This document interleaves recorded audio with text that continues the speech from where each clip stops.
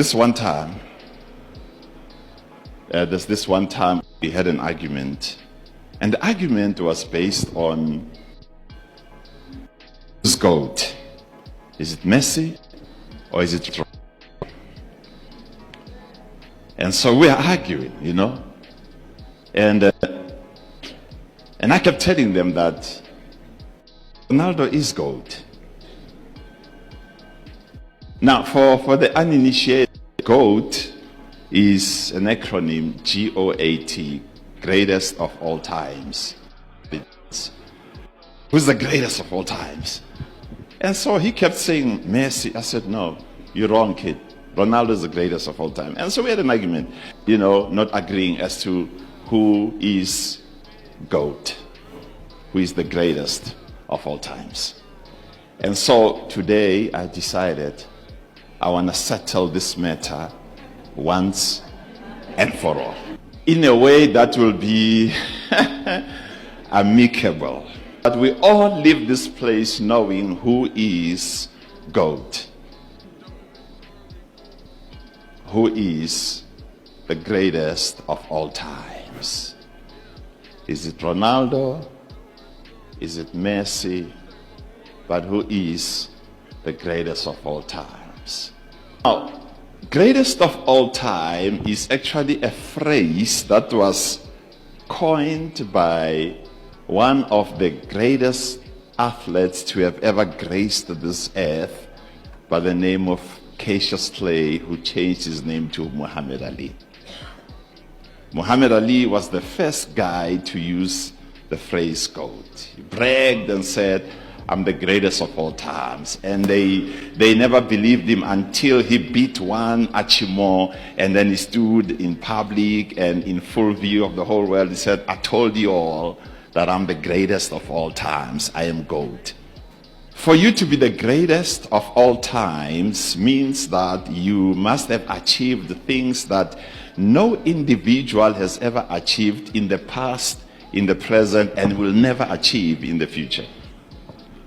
For you to be the greatest of all times means that you have done things, super extraordinary things that no human being has ever and will ever achieve. But listen to this: to be known as the greatest of all time means that you must have existed in the past, before the time we know, in the present, in the time we know, and in the future time we do not know. You are greatest in that time, in this time, and in the time to come, because you are the greatest of all time. So you must have been there from the beginning. And you must still be there in the ending. To be the greatest of all time, to be GOAT. And I read in the scriptures, in the word of God, in the Bible, where it says, in the beginning God created the heaven and the earth. And he tells us the heaven had no form, had no shape, and then he spoke a word.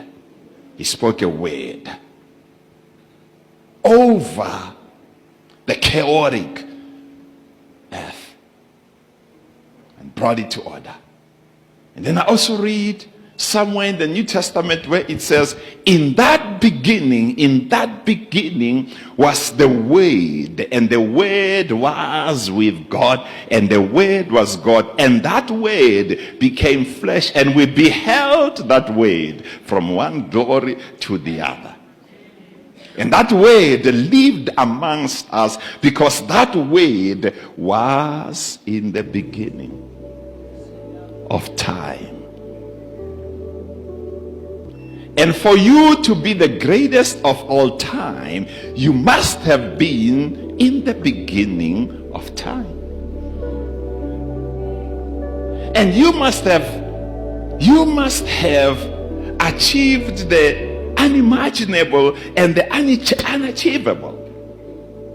For you to qualify to be one of the greatest of all time, you must have had the ability to stand in front of an ocean or a sea, water, and have the boldness to jump off the ship and walk on the water and never sink, because it's an achievement that only those who are the greatest of all times can achieve.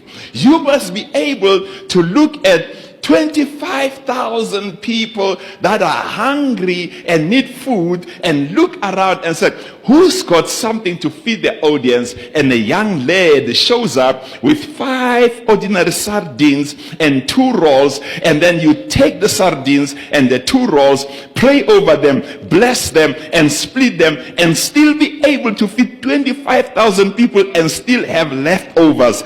Then for you to achieve that, you must be GOAT. Muhammad Ali never did that.